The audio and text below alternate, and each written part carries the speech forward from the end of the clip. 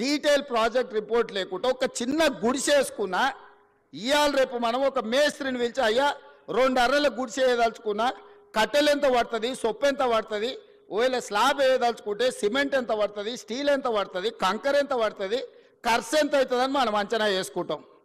ఒక్క అర్ర ఇల్లు కట్టుకోవాలన్నా, చిన్న పాండప పెట్టుకోవాలన్నా ఒక ప్రాజెక్టు రిపోర్ట్ తీసుకుంటాం మనం. అవునా? 1,50,000 కోట్ల అంచనాలు, 38,000 కోట్ల రూపాయల అంచనా ఉన్న ప్రాణహిత చేవెళ్ళ పేరు మారి కాళేశ్వరమై రీడిజైనింగ్ పేరు మీద 1,50,000 కోట్లకు అంచనాలు పెంచి ఇవాళకి 1,00,000 కోట్లు చెల్లించిండ్రు.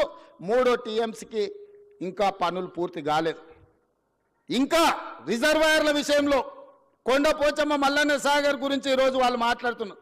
మల్లన్న సాగర్లో ఈరోజు నిపుణులు చెప్తున్నారు, జియోలాజికల్ సర్వే ఆఫ్ ఇండియా వాళ్ళు అది ఎక్కడైతే నిర్మించిందో భూమిలో వర్టికల్ ఒక చీలిక ఉన్నది.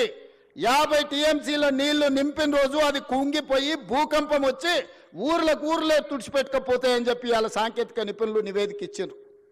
గత ప్రభుత్వం ఏ రోజు కూడా 15 టీఎంసీల కంటే ఎక్కువ నీళ్లు నింపలేదు. అట్లాంటి ప్రాజెక్టు మీద 1,00,000 కోట్లు ఖర్చు పెట్టి ఇవాళ కాళేశ్వరం కట్టినామని చెప్పి మాట్లాడుతారు. నేను ఒకటే అడుగుతున్నా, ఈరోజు జరిగిన ప్రాజెక్టులో జరిగిన కమిషను ఈరోజు సాంకేతిక నైపుణ్యం మీద కొంతమేరకే విచారణ చేస్తుంది. బెస్ట్ సాంకేతిక నిపుణులను నియమిద్దాం. మీరు ఎక్కడ కట్టినరు, ఎట్లా కట్టినరు, దీని వెనకాల ఉన్న మర్మం ఏందో ఆలోచన చేద్దాం. ఈ గత 10 ఏళ్లలో జరిగిన నిర్మాణాలు మీరు ఏదైనా తీసుకోండి, మీ ఊర్లో కట్టిన చెక్ డ్యాములు తీసుకోండి, మీ ఊర్లో వేసిన రోడ్లను తీసుకోండి, మీ పల్లెల్లో కట్టిన డబుల్ బెడ్రూమ్ ఇళ్లను తీసుకోండి, లేకపోతే చిన్న చిన్న గ్రామ పంచాయతీ కార్యాలయాలు నిర్మిస్తే కూడా గత 10 ఏళ్లలో ఏం పనులు చేసిరో మీరు ఒక్కసారి చూడండి. నేను ఎందుకు ఈ మాట చెప్తున్నా అంటే 100 సంవత్సరాల అనుభవం ఒక్క పక్కన ఉంటే 10 సంవత్సరాల దుర్మార్గమైన ఇంకొక అనుభవం ఇంకొక పక్కన ఉంది. అందుకే ఈరోజు మీరు ఆలోచన చేయండి.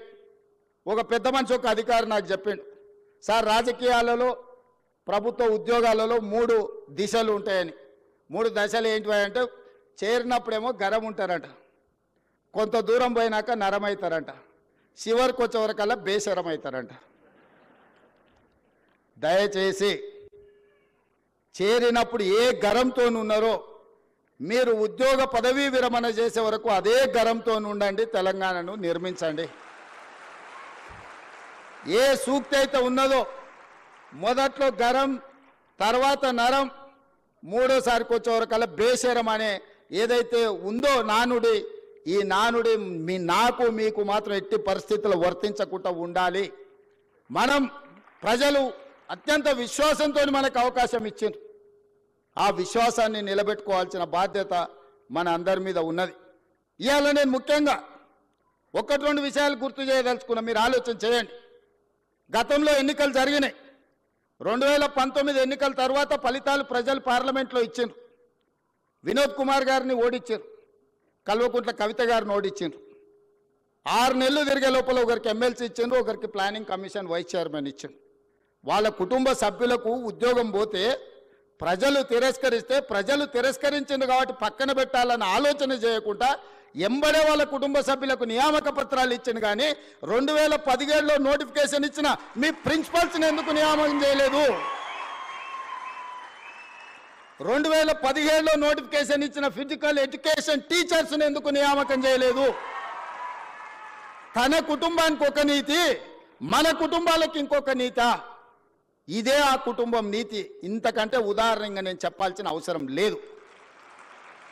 ప్రతివాడు ముసుగు తొడుక్కుంటాడు, కానీ ఓ సందర్భంలో ముసుగు తీస్తారు.